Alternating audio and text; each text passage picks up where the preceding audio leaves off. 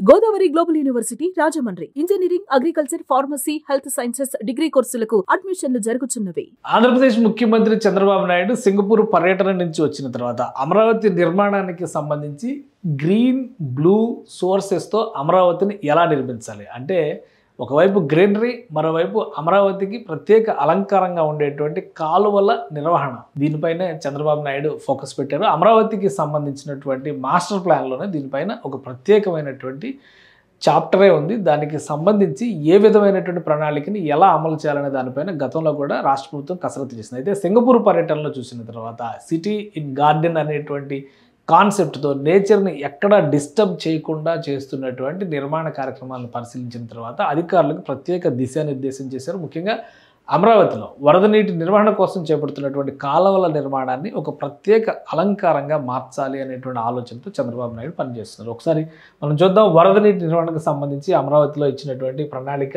ఇది. గతంలోనే design basis report Amaravati government complex area, ముఖ్యంగా అమరావతి గవర్నమెంట్ కాంప్లెక్స్ ఏరియా అంటే ఎక్కడైతే ఈ సెక్రటేరియట్లు టవర్స్ కడుతున్నారో, అసెంబ్లీ కడుతున్నారో అక్కడ రివర్ వాటర్ మేనేజ్మెంట్, అదే ఫ్లడ్ వాటర్ మేనేజ్మెంట్, వీటి నిర్వహణ కోసం అప్పట్లోనే ప్రభుత్వం ప్రణాళికలను సిద్ధం చేసుకుంది. ఇక్కడ కృష్ణానది నుంచి వచ్చేటువంటి నీటి సోర్సెస్ని నగరం లోపలికి ప్రవహింపజేసే విధంగా ఒక పిల్ల కాలువల తరహాలో లోపలికి వెళ్ళే విధంగా ప్రణాళికలను సిద్ధం చేశారు. దానివల్ల టెంపరేచర్స్ కంట్రోల్ అవుతాయనేటువంటి ఆలోచన. ఇది అమరావతికి కృష్ణానదికి సంబంధించినటువంటి మ్యాప్. ఇది అమరావతి రివర్ ఫ్రంట్ ఏరియా కింద మనం చూడాలి. ఇక్కడ చూస్తే కనుక 1, 2, 3, 4, 5 ఇట్లా ఒక 6 దాకా ఐలాండ్స్ ఈ ప్రాంతంలో ఉన్నాయంటే కృష్ణానది ప్రకాశం బ్యారేజ్ ఎగువన ఉన్నటువంటి ఐలాండ్స్ అన్నిటినీ కూడా సింగపూర్ తరహాలో సుందరీకరించడం అనేది ఒక కాన్సెప్ట్.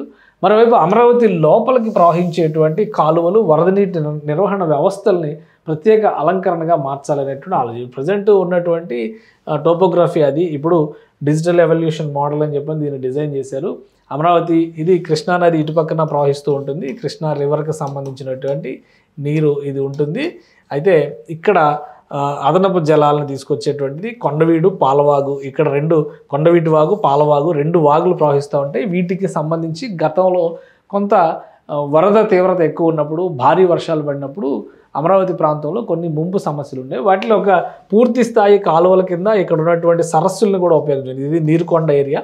సో ఇక్కడ ఉన్నటువంటి సరస్సులను కూడా ఉపయోగించుకొని పెద్ద పెద్ద శాఖమూరు జలాశయం ఇక్కడ ఏర్పడుతుంది. దాదాపు 250 ఎకరాల్లో ఇక్కడ ఒక పార్క్ని డెవలప్ చేయాలని కూడా అమరావతి మాస్టర్ ప్లాన్లో ఆ చుట్టుపక్కల ఎకాలజీ కూడా దెబ్బతినకుండా ప్లానింగ్ ఎలా చేయాలనేది. అందులో ఇక్కడ కొండవీటి ఎత్తిపోతల పథకానికి సంబంధించినటువంటి వాటర్ స్టోరేజ్, ఈ రిజర్వాయర్స్ని అమరావతికి వచ్చేటువంటి వాళ్ళందరికీ కూడా ఒక అందమైనటువంటి అనుభూతిని ఇచ్చే విధంగా మలచాలని రాష్ట్ర ప్రభుత్వం భావిస్తుంది. ఇందులో భాగంగానే దేశంలోనే అరుదైనటువంటి వృక్ష జాతులందరినీ, కడియం నర్సరీకి సంబంధించినటువంటి మొక్కల పెంపకం పద్ధతుల్ని ఇక్కడ డెవలప్ చేయాలని చెప్పని ముఖ్యమంత్రి సిఆర్డీఏ అధికారులకి, అమరావతి డెవలప్మెంట్ కార్పొరేషన్ అధికారులకి దిశానిర్దేశం చేశారు. వాటర్ మేనేజ్మెంట్ ద్వారా ఈ ప్రాంతంలో ఒక విధంగా నౌకా విహారానికి కూడా ఒక ప్రత్యేక ఆకర్షణగా మలచాలని చెప్పని రాష్ట్ర ప్రభుత్వం భావిస్తుంది. ఆల్రెడీ ఇప్పటికే కాలువల డెవలప్మెంట్కి సంబంధించి ప్యారలల్గా గవర్నమెంట్ కాంప్లెక్స్లో నిర్మించబోతున్నటువంటి ఈ ప్రవాహానికి సంబంధించినటువంటి కాంట్రాక్టులని ఎండార్స్ చేశారు. అక్కడ నిర్మాణ పనులు కూడా శరవేగంగా జరుగుతున్నాయి. సో ఆ ప్రాంతంలో అంటే ఆ నిర్మాణ ప్రక్రియ కంప్లీట్ అయ్యేసరికి ఇప్పటికే ఉన్నటువంటి వాగులు, వాటి ప్రవాహ తీరు, దాని పరిసర ప్రాంతాలన్నింటినీ కూడా పచ్చదనంతో కప్పిపెట్టేలా తయారు చేయాలని చెప్పని ముఖ్యమంత్రి ఆదేశాలు. దీంతో వాటర్ మేనేజ్మెంట్తో పాటు వరద నీటి నిర్వహణ ఈ రెండింటినీ కూడా సాల్వ్ చేయొచ్చు. వచ్చేటువంటి వాళ్ళకి అమరావతిని ఒక అందమైన పుష్పగుచ్చంలో చూపించవచ్చు అని చెప్పిన ఆంధ్రప్రదేశ్ ప్రభుత్వం భావిస్తుంది.